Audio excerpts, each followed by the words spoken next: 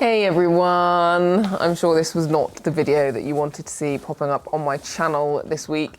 However, as you can tell, we are all home safe and sound. So this is more just updating you guys on what's going on. So obviously I've kind of said little bits on Instagram, but I haven't actually said what happened. And it has been the most stressful and worrisome week of my life. Like, honestly, just horrific. And although the amount of time that we thought, oh my gosh, we might actually lose him was relatively short, it takes ages to get over that. Like, it's just, it really knocked me for a few days. I just felt so, I don't know, you know when you have that kind of spike of adrenaline? Is it adrenaline or just worry or just something? And it left me feeling really like, for a few days. So let's fill you in. Vali, I've got a brush. So the man of the moment is here, bribed by a brush. Let's just set the scene quickly so you guys realize quite why my heart literally fell out of my bum. So we were away, or I was away at the Simi camp, which was fantastic. We were having the best time. It was the final day and we were going off to cross country that day before heading home. And the morning of, Mum had texted me being like, oh, like, hope you're having an amazing time.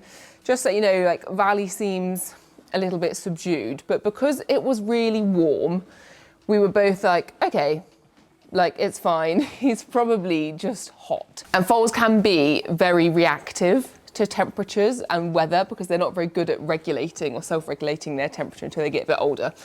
So that was kind of on our mind, but Mum was like, don't worry, like, have a great time. I'll keep a close eye on him. So I'm like, oh, okay. And we sort of head off to get ready for cross country. We'd boxed to a different venue and then get another text from Mum being like, I'm really not happy with him. I've called Field Equine, who are our local vets, amazing, amazing vets. And they're coming out for an emergency visit. So immediately that like sets the panic in. But I was staying quite calm. Like, Mum is so good at spotting the signs early. And I know that she's one of those, well, we both are, one of those people that, like, if in doubt, call the vet. We're never a kind of, oh, let's wait and see. He loves a bum scratch. You can't see him off camera, but he's like, rah. Yeah, we're not a wait and see kind of yard. Like, if we've got any quibbles, we'll call the vet. So I was like, okay, Mum's just being super vigilant, like telling myself, it'll be fine, it'll be fine. Try and enjoy this cross-country session. That's easier said than done because, I'm not gonna lie, my mind was completely elsewhere. And you'll see in the video that it actually ends very, very abruptly. And that is because I then got some super, super stressful news. And that was that Vali had been rushed to hospital. So basically what was happening at that point is that he was starting to colic. And I'm sure like all horsey people know about colic. But it's essentially, because horses can't be sick, when they get a tummy ache and they get a blockage in their intestine, it can go very, very wrong very quickly because everything kind of backs up and their whole body kind of starts to shut down. That's me explaining it really badly, but just to sort of give a layman's idea of what was going on. So Vali had a little hernia from birth. Again, really, really common. We'd had the vets out to look at it and they were like, this is really common, don't worry about it too much, keep an eye on it if it grows or anything like that. But it's one of those things, as they get a bit older, they'll just band it and it will be sorted out. However, Vali's hernia was a little bit different and it was kind of impossible to tell, obviously, because without doing any kind of surgery, you don't really know what's going on inside. But the hole was really, really small, the hole in his stomach wall. So again, just to give you a very quick overview of hernias, his was from when he was born, his umbilical cord obviously is kind of like an opening to their stomach, and essentially this little tiny hole then had a bit of intestine coming out of it. So you might have noticed in previous videos or photos that he's got this like, it's just like a little lump under his tummy. So because that hole was really small on Vali, it meant that the intestine was coming out of it and then going back into it. But when food was trying to pass through the intestine, it was getting stuck through the hole going back into his stomach. So when the vets came out initially to here, his gut, or his like intestine, had telescoped at the back when they did an examination. Again, like that's something that I've never heard of it doing, but apparently it's quite common with foals, but has to be taken very, very seriously. And all of this time that like Vali was being examined and checked out, he was obviously deteriorating because, well, he's essentially got like an impaction in his gut, and they're so small and tiny foals that colic moves even faster than it kind of does with fully grown horses. So Dan from Field Equine made the spot on call to be like, let's just go, like get him to hospital now. And that was the worst text I think I've ever received in my life. So got that from Mum being like, look, I don't want to panic you, but he's being rushed to 3 Counties, which is our local equine hospital. And we're not 100% sure if he's going to make it because the journey kind of either makes them or breaks them. It's obviously quite a stressful situation, especially for a foal that doesn't travel. Oh my God, he's biting my mic pack. I was like, what are you biting? So sometimes that stress can actually help them and it gets things moving a little bit because it's just like a fight or flight response. But also sometimes that stress is just, well, yeah, the final straw. So I get that text and obviously just absolutely drop everything at Simon's. I've never like loaded a horse up and got packed up and gone in such record-breaking time. And yeah, there was just sheer panic. I spent the first like hour of that drive just absolutely bawling my eyes out. Even like I had to pull over at one point because I thought this isn't safe to drive Wilma because I was just so inconsolable. I was completely on my own. It was horrible, and I was just waiting for him to arrive and for him to be examined. So finally get a call from Mum. It was probably after like 40 minutes to be fair, but it felt like the longest time ever. Getting emotional talking about it, and I literally know it's all fine. So yeah, she called me saying she'd arrived and that thank goodness the journey had been quite good for him and he came off like perkier than how he left here. Don't bang your head, silly boy.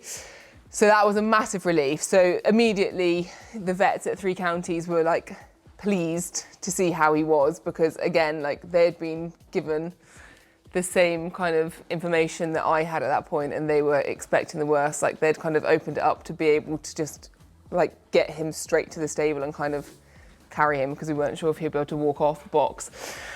But thankfully that wasn't the case. So he was actually much brighter apparently when he arrived there. So they took him off to go and scan him again and just examine what was going on. So then it was another extremely stressful kind of half-hour wait. People were calling me and I was just having to pick up and be like, I'm really sorry, I've got to go because I'm desperately waiting for either Mum or the vets to call me because I need more information about him. Anyway, that examination was all good. He was given various kind of drugs and things to relax him and to get things moving and everything like that. And he was coming around like brighter and brighter, sort of with every passing minute. Thank goodness. So then they were able to examine the hernia and they said, yeah, like we think, hopefully, this is the cause of the colic. So that needs to be operated on. But obviously we couldn't do that straight away because it was a little bit up in the air as to how he was. He's so obsessed with my mic back, little terror. So we had this really stressful, like, I don't know, 18 hours of just waiting, wanting to do this little surgery, but not actually being able to because we had to make sure that he wasn't colicking or like wasn't feeling under the weather to go under the anaesthetic because he had to be completely knocked out for it. Anyway, he had that night there. They were amazing at Three Counties. They had like fans strapped to the stables and everything to make it really cool. Dee was an absolute angel as always. Like she's like, I know, it's so good having like an older, calmer mare. Sorry, he's about to put his feet in the bucket. Dee was just amazing, and I'm sure like she was a massive part of keeping him calm because you can take Dee anywhere, like any stairway show, anything like that. She just never stresses. She's so good. So yeah, that was a big relief that she was such an angel. So then next morning came, again, they were happy with him. He hadn't colicked again overnight, so it's all looking good. He could go into his little surgery for his hernia. So to give you guys, again, to paint another picture, for the hernia surgery, he had to be completely flipped on his back, which is why he was knocked out. He couldn't just have pain relief and do it while he was standing. He had to be on his back. So apparently they brought a big mattress into their stable. Dee was just like held to the side. He was put under anaesthetic and then put like on his back because they have to be upside down to make sure that none of the intestine is still left poking out of his stomach. I'll give you like some little overlays of what it looks like now, but there's really not much to see. It's not gruesome, don't worry. Do all of that. They kind of open him up a little bit, poke it back in. Guys, I don't know if this is exactly how it was done, but this is just my interpretation of it. I'm obviously not a vet. And then they sort of bunch all the skin up and band it to keep it in. And the idea is that his body is now going to heal that little hole up, and then where it's banded, this like excess skin will eventually die and drop off. Now, this is the less invasive option. There is another hernia surgery that is going to be like worse. So if this doesn't take, annoyingly, he will have to go back and have another surgery. But at the moment, they're really happy with how it's gone. He had that, he came round really well. Again, that's just another stress, isn't it? Like an animal going under anaesthetic is just, I don't know. Just you're constantly thinking of all the what ifs and all of the like things that like the horror stories you've heard in the past of things going wrong. But thankfully, all was okay. He came round really well. Surgery went fantastically. And he's left with this little pumpkin, it literally looks like a pumpkin, under his stomach. So he then spent another night at Three Counties just to be monitored to make sure all was well. And then finally, I was able to go down and pick him up. So went down in the Liberty Horse box, took all of the partitions out and everything. The team at Three Counties were just amazing. They were so sweet, filled us in on all of his like aftercare, everything he needs, like how it all went. Helped me get him on the box, and then it was time to bring him home. Hey, what are you being, good girl? Of course you have. Good chap. De-wickering. Loaded, an absolute treat. Good boy, Vali.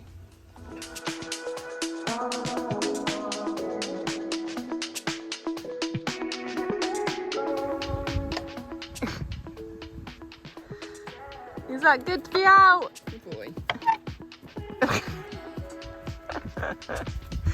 He says, I am feeling back on top form.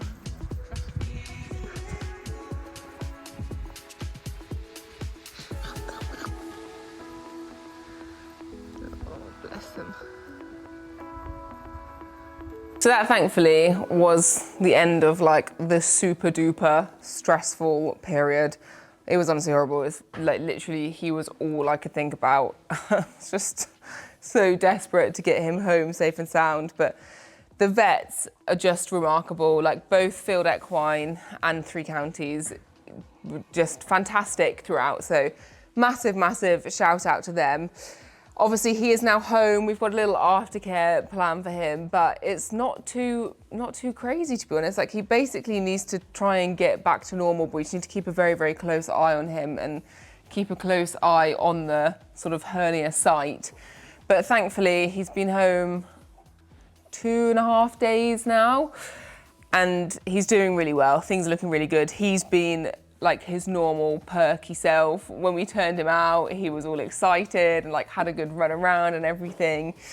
And yeah, we hopefully are back to normal, but what a horrible, horrific, stressful experience. And honestly, just, oh, it's just the worst drive of my life. I've never felt so helpless, like having to drive really slowly back home because I had Wilma in the box and didn't want to give her a bad ride, but also part of me waiting for the call thinking, do I have to go via 3 counties to say goodbye to him? So it was awful. And yeah, just again, a kind of stark reminder that we have to take things really seriously with horses. And if you ever have a hunch or a little doubt that something's up, just always get the vet. Like, obviously it costs money and sometimes it's absolutely nothing and you've just overread a situation. But in this situation, if Mum hadn't acted on her gut, don't know if we'd still have Vali. So yeah, thank goodness for the vets and thank goodness for Hobbs just being the best pony grandma there is. Hey, gorgeous boy. So that is you guys all updated. I do want to show you something though, because if we have a little look, Vali's foal fluff is going. Have a look at his nose. Does that look buckskin to you? Like, it's just golden. Can you see where his fur is going? And then if you look around his eyes as well, see those? Now yesterday, I think because I look at him so much to try and see if there's grey hairs, he like goes into a little trance. Look, I've got hair on my face. When I do it, he's just like, what's happening? Why is she staring at me again? I know, I'm gonna leave you because you want a nap. Yesterday, I was like looking so closely around his eyes and I thought I saw some paler hairs, but like up here, not where the foal goggles normally would be. And at that point I panicked thinking, oh no, like he is just gonna grey out.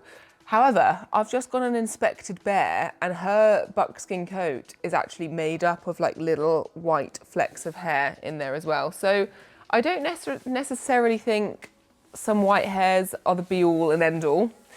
Obviously, we'll never know, but this boy is going to be around for a long time with us. So I'll keep you updated on what his colour does. Look at his ears as well. If you see any long white hairs, you have to ignore them because that's D. D rubs on him.